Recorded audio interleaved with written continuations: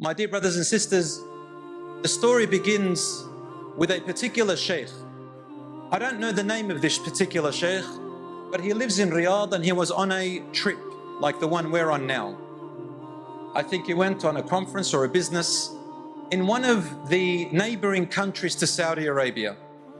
Till today, I don't know which one it is, but apparently it had a place there where it was set up for the Western people to come in to enjoy their alcohol and all the other stuff, as you know.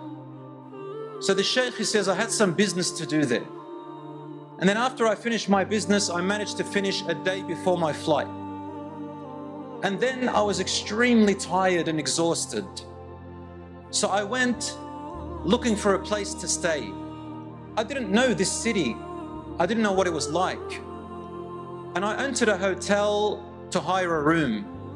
But in that hotel, all I saw was men and women indulging in lustful temptations, drinking wine, music and dancing. I had never seen something like this in my life. And one person who was in there happened to be a Muslim expatriate who was working there. And when he saw me, he said, "Ya Shaykh, please, this is not a place for you. I don't want to see a Shaykh who is a role model in this place." He said, "Where am I going to go? And I'm really tired." He said, "Ya Shaykh, you know, you can stay here, but it's not a place for you." So the Shaykh says, I couldn't stay there, I left. I left and I found a park. And in that park, there was a bench. So I decided to sleep on that bench, and I didn't care about anything else because I was extremely tired. And then close to about Fajr time, my flight was about to leave at Dhuhr a little bit later. And I decided that maybe I can find a cab, a taxi, or a car to take me to the airport. He said, I took a car to the airport, and in the airport there was a prayer room. I went to the prayer room and I prayed my Fajr. And usually they don't let people sleep inside the prayer rooms, but I was so exhausted that I couldn't help myself but go to sleep. He said, during my sleep time, nobody entered the prayer room. And then close to about 1 hour into my sleep, I wake up to the sound of a cry. I looked in front of me and there was a young man, a man that was not more than about 25 years old, less than 30, a young man at the beginning of his life. He was praying and crying so badly.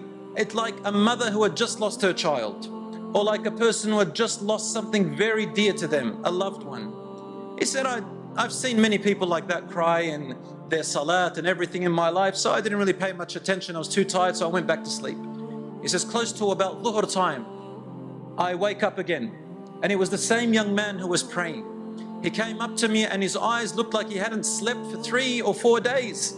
He looked really tired and hungry, and he was so distressed. He looked at me and with shock he said to me, "Ya Shaykh, هل تستطيع أن تنام? Are you really able to go to sleep? Are you able really to sleep?" He goes, "Yes, I'm really tired." He says, "Wallahi, I don't know how to sleep anymore, Ya Shaykh. I don't know how to sleep. I've been running around for 3 nights and 3 days. I can't sleep. I can't eat, I can't enjoy my life, and I don't want to go back home." He said, "What's going on?" He says, "I'm from Riyadh and I just don't want to go back to my family." So the Shaykh says, Dhuhr time was really approaching and we decided to pray the Dhuhr. And I said to him, "We'll speak after the Dhuhr time, bi'idhnillahi ta'ala." He says, we prayed Dhuhr together, there's just him and I, and no one else joined us. And then after the Dhuhr, I sat with him. I had a couple of hours before I fly. I sat with him and he said to me, now in this story, we're just going to use the name Ahmed. Ahmed is not the real name, but that's just the name that the Shaykh gives because he doesn't want to expose him. He said to me, "I am a man who is married. I have children and I come from a very wealthy family. We are entrepreneurs. We don't need to work because our income is passive. We are millionaires, probably even billionaires. We have everything at the tips of our finger, and we have maids, we have workers, we have the best of cars, we have the best of food, everything that you can imagine, we have it." He said, but as time went on, I got too bored of the wealth and the luxuries, and I thought to myself, isn't there more to life? I want to try something else. Yes, I've got everything, but I want to try something else. And my dear brothers and sisters, this is exactly what the shaitan does. The shaitan comes up to you and says, why don't you get out of your comfort zone? Nothing wrong with that. But then the shaitan says to you, why don't you try something you have never done before? You know how Islam says this is haram and that's haram. Why don't you try something haram for a change? Just have a little taste of it. You don't have to do something big. Just do something small. You know, hang around with some of the boys, some of the girls who just probably do something that's a little bit haram, but not too haram. You're not doing anything. Just hang around with them, have a laugh, just have a kickback, you know, just enjoy, and then come back and you're okay. And the shaitan comes and says to you, don't worry, you can go and pray a couple of prayers, it'll wash it away. Some other people, they say, oh, I'll just go and do haram, and the next year I'll do some umrah. The umrah will wash off the sins. This is how we thought. He goes, so ya shaykh, the shaitan came to me and I thought I want to get out and do something I've never done before. A little bit of haram, just, you know, little minor sins here and there. He goes, but I couldn't do it because my family was all around me. Everybody knows me. I can't do things where people see me. I've got to, you know, be away from everyone. If I'm going to do any haram, I've got to do it in a way where no one's going to judge me. You know, let my hair down a little bit. Come back, do a bit of umrah, and I'm done. He says, yeah, shaykh, so then I made up an excuse that I was going on a business trip. I told my wife and my children, and I came to this country that you and I are in. I said, yeah, shaykh, wallahi, I did not intend to do anything major. Just to do minor sins and return, and Allah subhanahu wa ta'ala forgives.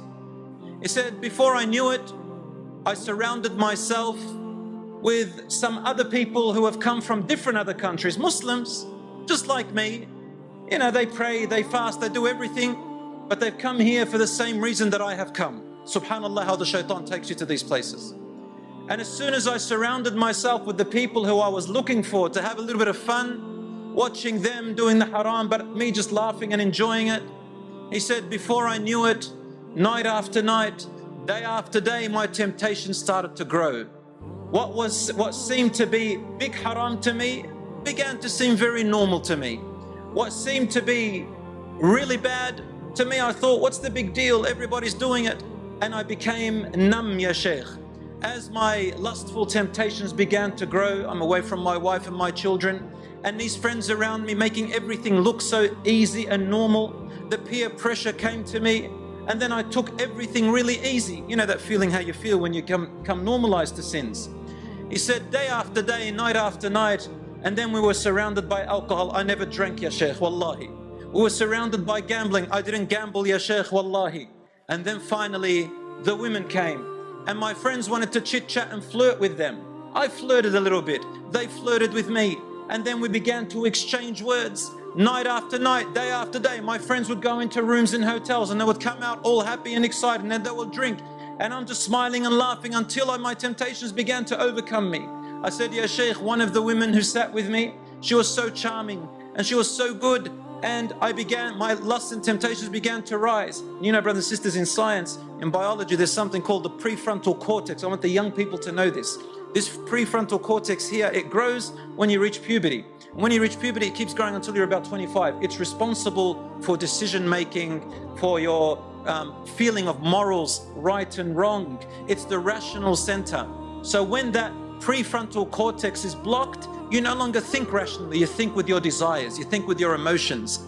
He says, when my lusts began to grow, and even in science this is true, when your lusts grow and your temptations and your desires, your prefrontal cortex actually blocks itself. It's really used, Allah made it so that when you get married, so you're not shy with your wife and your husband, so things can be easy between you, so that you don't feel too shy when you come together, and you can inshallah reproduce. That's the whole point of marriage, inshallah, and more than that, of course, love and everything before lusts and temptations.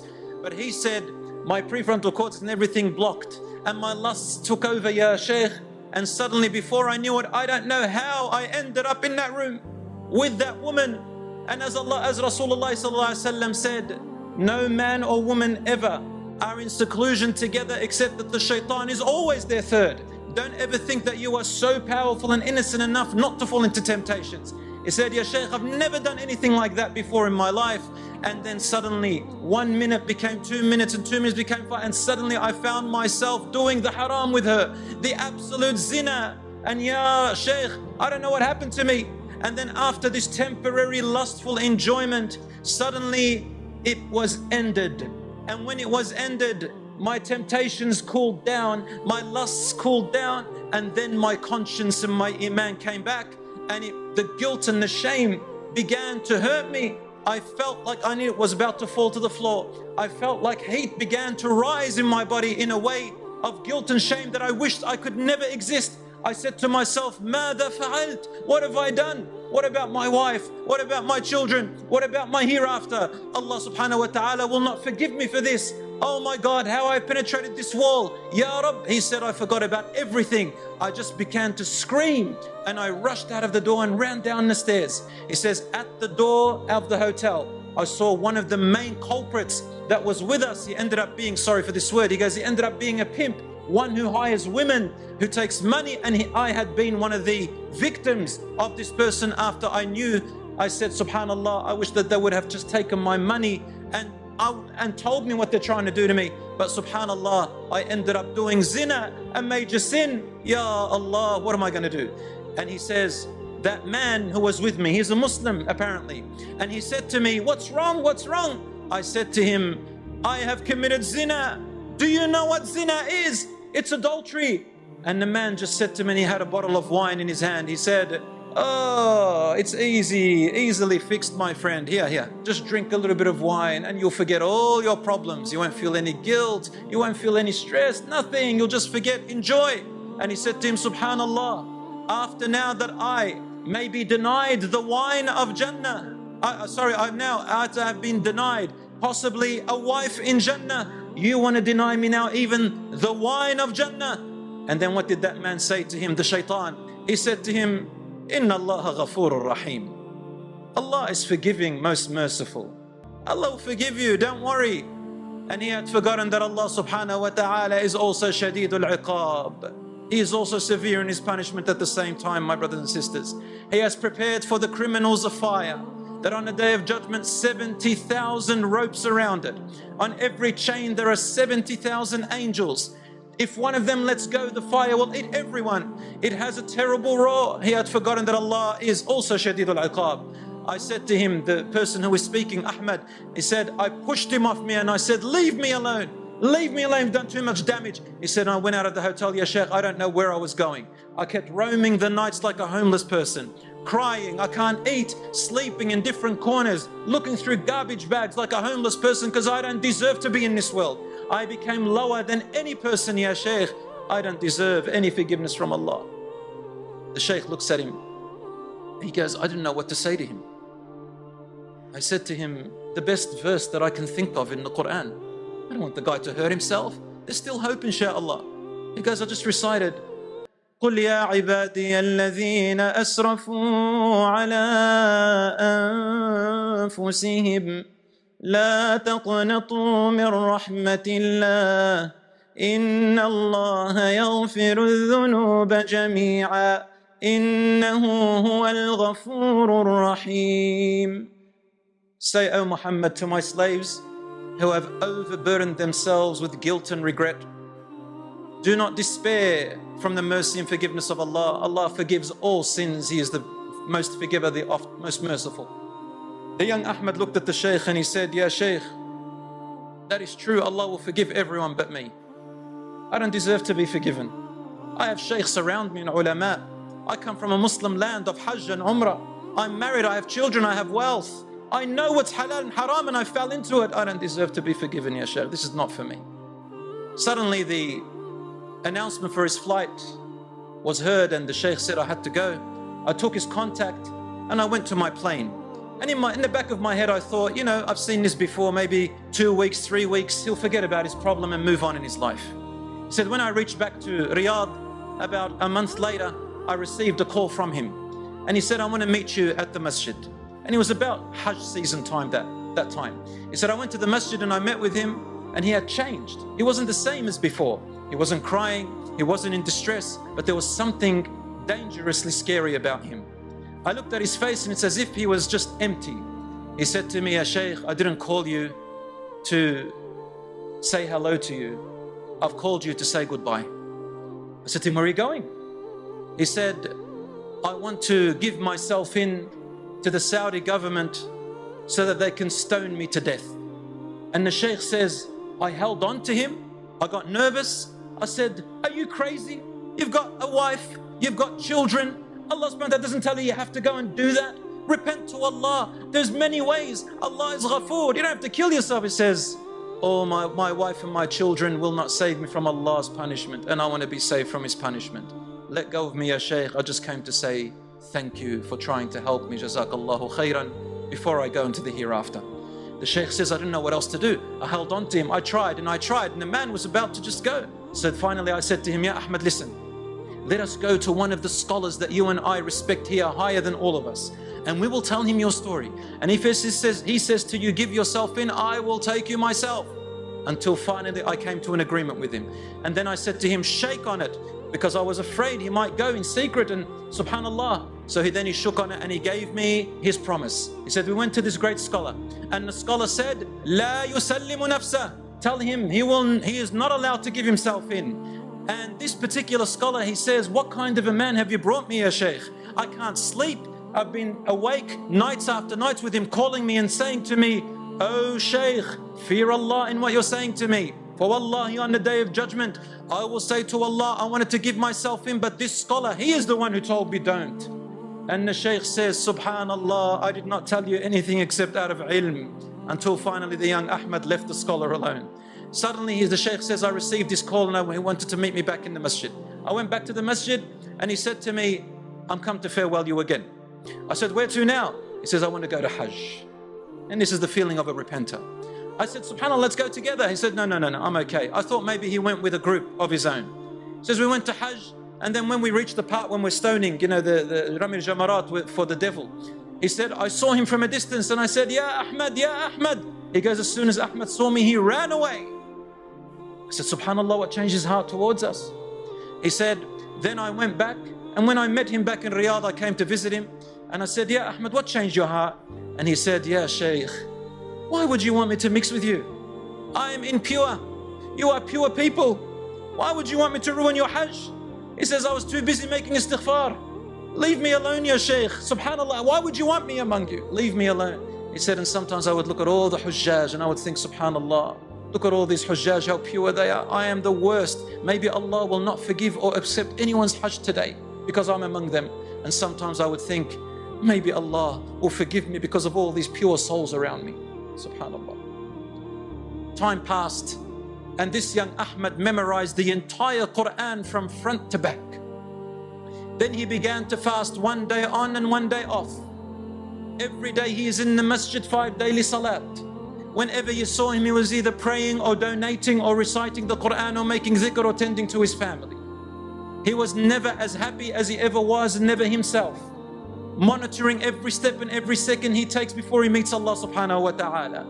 Years passed, and then one day, I'll just cut the story a little bit short inshallah for time's sake.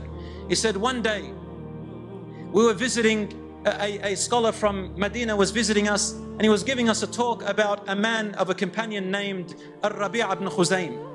He said the story about Rabi' ibn Khuzaym in the time of the Prophet, or just after him, the people of Kuffar, they wanted to ruin every young person who is an influence. And this young man was an influence to young people in a good way. So they said, how can we ruin him so that he's not influencing the young people towards Islam? And they said, let's send him a beautiful woman. We'll pay her. And we came up to her, to the most beautiful and popular woman in this town. And we said to her, we will give you 100 dinars for Rabi' ibn Khuzaym to give you one kiss. Just one kiss, we want to delude him. She said, for 100 dinars, I'll get him to do more than that. So she went and met with Rabi' ibn Khuzaym as he was coming out of Maghrib Salat. And as soon as she saw him and she displayed himself to him, he looked away and screamed in her face, saying, what would you look like if you were in your grave for about an hour? All this beauty that you look at, what would you look like in the next day? What would you say to Allah when you say, oh Allah, you created my beauty and I used it in haram? And she was a Muslim. The story goes that she was so affected by what he said that she began to cry, ran away and repented to Allah until she was called Abidatul Kufa in Iraq. She was from Kufa. They called her the worshipping woman of Kufa because of Rabi' ibn Khuzaym. As the Shaykh was telling this story, and the Shaykh was telling us the story, he says, I was sitting there, suddenly we heard a man get up and he screamed. He ran out of the masjid crawling out. Rabi' ibn Khuzaym returns her and I go to her to commit zina. We realized that it was Ahmad. He said, had I known that he was there, I would have told the alim not to talk this story. As time went past, I didn't see Ahmad. And then he said one day, I met a great scholar who was visiting us, even greater than the other one. And he was talking to us, and I thought maybe I can ask this sheikh, this great scholar, finally once and for all to find me a solution for this young man Ahmed. He can't keep walking like this in life with such despair. This is not what Allah said. So the great scholar, he said to him, Sheikh, there is a simple verse in the Quran. You can go and say it to him. He said, which verse? He said, don't you remember in Surah Al-Furqan? Allah says, those who do not call upon Allah with partners, don't make partners with Allah, and do not murder a soul, that they have no right to murder it unjustly, and those who do not commit adultery and fornication, whoever does any of these acts will surely meet a terrible chastisement and wrath. Their punishment will be multiplied, and they'll be placed in hellfire, humiliated and belittled, except he who repents and renews their faith and starts to do good deeds to wipe off the bad deeds. For these types of people, Allah will exchange their past sins into good deeds. وَكَانَ اللَّهُ غَفُورًا رَحِيمًا. And your Lord is ever so forgiving, most merciful. He said, I couldn't wait to go to Ahmed to give him this verse. It's the best thing I've ever heard. Why couldn't I have noticed it? He said, I went to the masjid and I found Ahmed reclining on the steps of the minbar as he always does every Maghrib.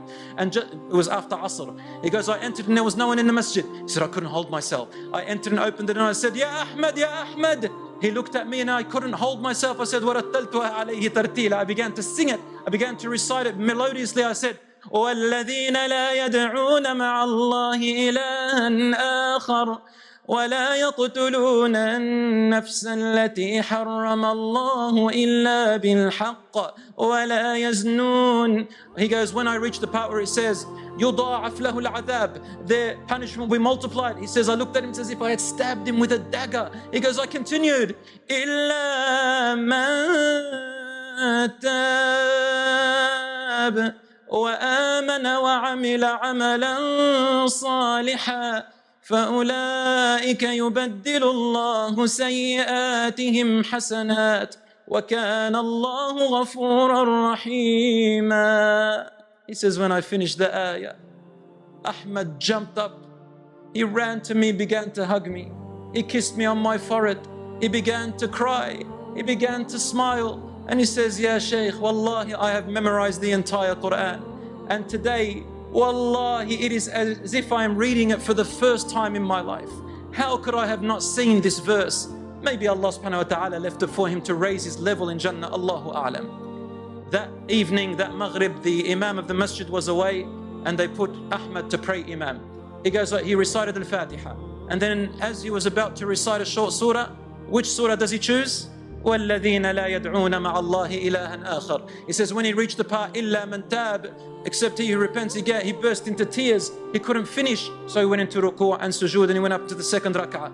He recited Al-Fatiha and tried again. وَالَّذِينَ لَا يَدْعُونَ. And when he reached إِلَّا مَن تَابَ وَآمَنَ, he couldn't contain himself. He fell down to sujood, and he could never finish the verse every time he got to it. He said, months passed, and it was Ramadan. And suddenly, I received a call from his father, the father of Ahmed. He said, please come quickly. I went to visit him and I knocked on his big door, his palace. And as soon as the father saw me, he burst into tears and began to hug me. I didn't know what was wrong. He said, your brother, your dear friend Ahmed, he gives you his salams and he went back to Allah last night. I said to him, subhanallah, I didn't know whether to cry for my friend or for his father. He goes, I went in and it was the janazah and they had brought the body to the family to farewell the body. He goes, I went inside and the cover sheet was on his face. I took the sheet off Ahmed's face as his dead body lay there, and I saw a face. I saw a face that was glittering with shining with light. I saw a face that did not leave this world but had gone to Jannah, inshaAllah. I made dua for him and kissed him on his forehead, covered his face, and I sat with his father and said, tell me what happened. He said he had been going through some sickness which he didn't tell you about. And it was Ramadan.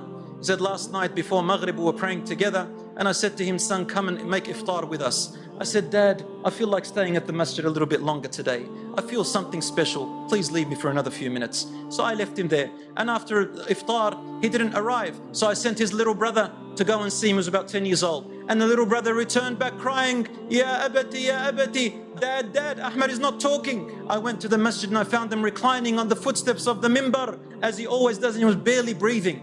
I rushed to him with the Quran in his hands and I lifted his head onto my shoulders. The father says, I looked and he was trying to say something to me. I came closer and closer because he couldn't make his voice out very well. As he was dying, I knew he was dying, subhanAllah, we called the ambulance. As he was dying, he said, give my salams to the Shaykh, give my salams to the Shaykh. And that's why I called you, ya Shaykh, to deliver the amana. He goes, and then suddenly while he was in my arms, his voice changed completely. And he came out as clear as the beautiful stars. He said, وَالَّذِينَ لَا يَدْعُونَ مَعَ اللَّهِ إِلَهًا آخَرَ وَلَا يَقْتُلُونَ النَّفْسَ الَّتِي حَرَّمَ اللَّهِ. He finished the entire ayah, and then his soul escaped from his body. I said to the young Shaykh, what happened to my son when he went on his tourist visit? And the Shaykh said, I had promised not to tell the full story or to say what he had done. He said to him, فَقَدَ إِيمَانًا. He lost his iman for a little while. Or he said to him, he lost a friend. As the Prophet ﷺ said, when you do a sin, the iman is like a friend. It hovers above you as you do the sin. And when your sin is over, your iman comes back to make you feel the way you feel, so that you can repent and renew your life. My dear brothers and sisters, insha'Allah, that you benefit from this talk, that it is hope. No matter how much you have sinned, remember that Allah is Ghafoorur Rahim. Allah loves it. He loves it when somebody returns back to Him. Even if you have sinned all your life, no matter what you think about yourself, remember, do not despair from the forgiveness and mercy of Allah. Tonight, my brothers and sisters, tonight pray 2 rak'ahs and say, oh Allah, forgive me. And you will find your entire life changing. If you made it to the end of the video, please like the video as a sadqa jariyah, so more and more people can watch it and you will get sawab for whoever watches it. We don't earn money from YouTube ads, so you can support our channel from the link in the description, so we can keep making new videos and you can subscribe to our channel. Jazakallah.